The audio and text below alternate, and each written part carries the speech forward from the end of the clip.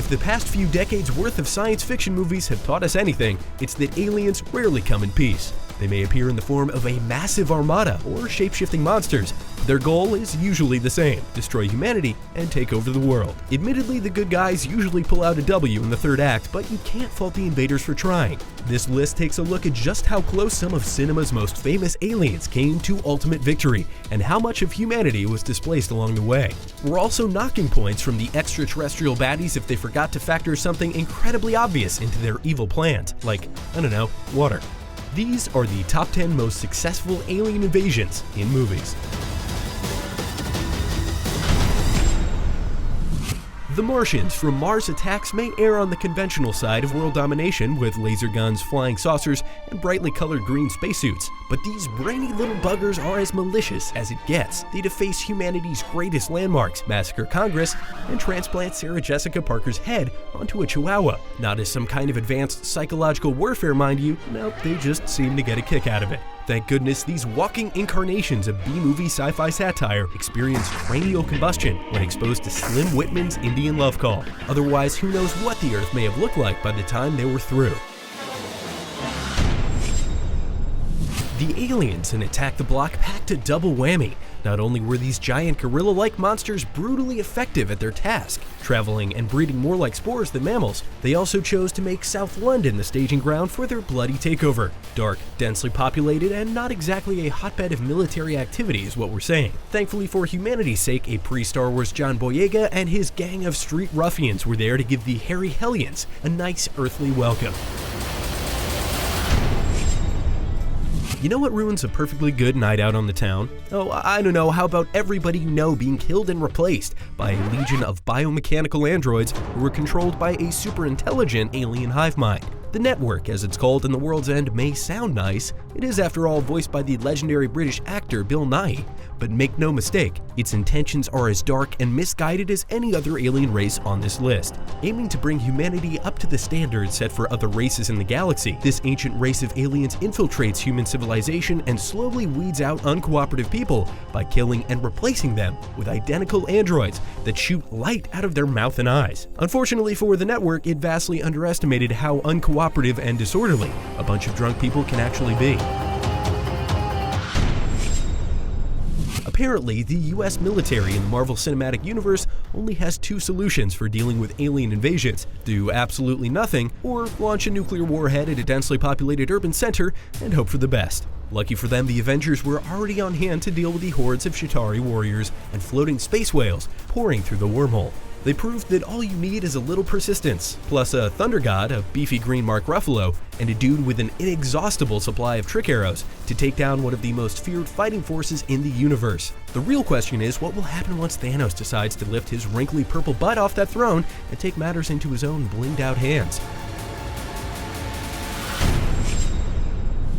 The clueless klutzes in Independence Day gave the invasion a good go, firing off several money shots and obliterating world landmarks with reckless abandon.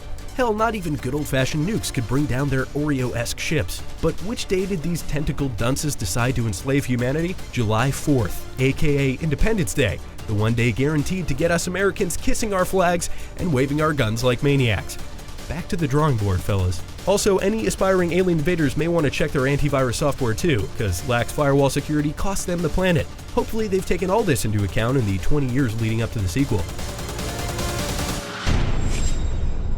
Most alien invasion flicks cast humanity as the underdog, but James Cameron flipped that formula on its head by making his human characters greedy and imperialistic invaders. Imagine that. And the noble, peaceful Na'vi the heroes of this epic sci-fi adventure. By the time the movie began, the unwelcome aliens had already set up shop, strip mining the lush world of Pandora and bombing all of the Na'vi's favorite trees. Only by abandoning his puny human form and embracing his inner Na'vi did Jake Sully save the new world from the violent foreign invaders. Come back when you've learned some respect for nature, humanity.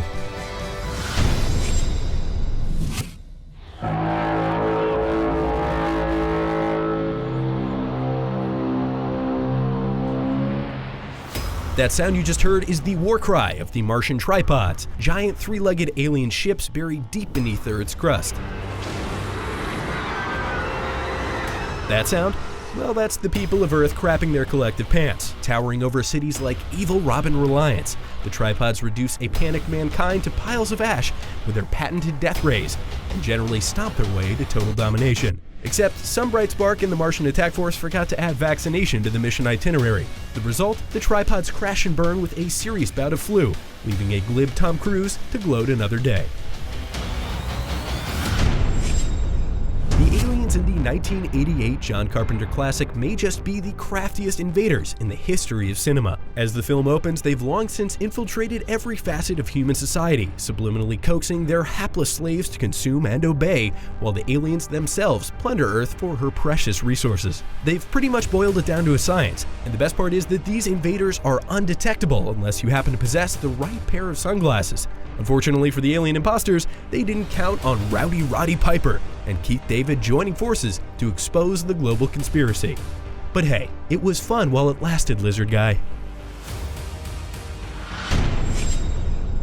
Even with their exoskeletons and other various fancy gizmos, humanity was completely unequipped to fend off the vastly superior Mimic force in Edge of Tomorrow. As the film opens, 5 years of fighting have resulted in the Mimics taking over most of Europe and backing humanity into a corner. Total human enslavement would have been inevitable if Tom Cruise's plucky PR agent turned super soldier didn't find himself trapped in a Groundhog's Day style time loop. Even then, our hero had to live, die, and repeat over and over again before finally unlocking the key to destroying the Mimics. Invasion of the Body Snatchers is one of those rare cases where the original 1956 film and its 1978 remake are both considered classics, but that didn't stop Hollywood from trying 2 more times anyway. These gelatinous body thieves know that the real secret to enslaving humanity is to do it quietly, efficiently, and without a lot of fuss. Before you know it, you find yourself in the same predicament as Veronica Cartwright's character, a lone, helpless human trapped in a city full of alien imposters. Alien invasions don't get much creepier or successful than this.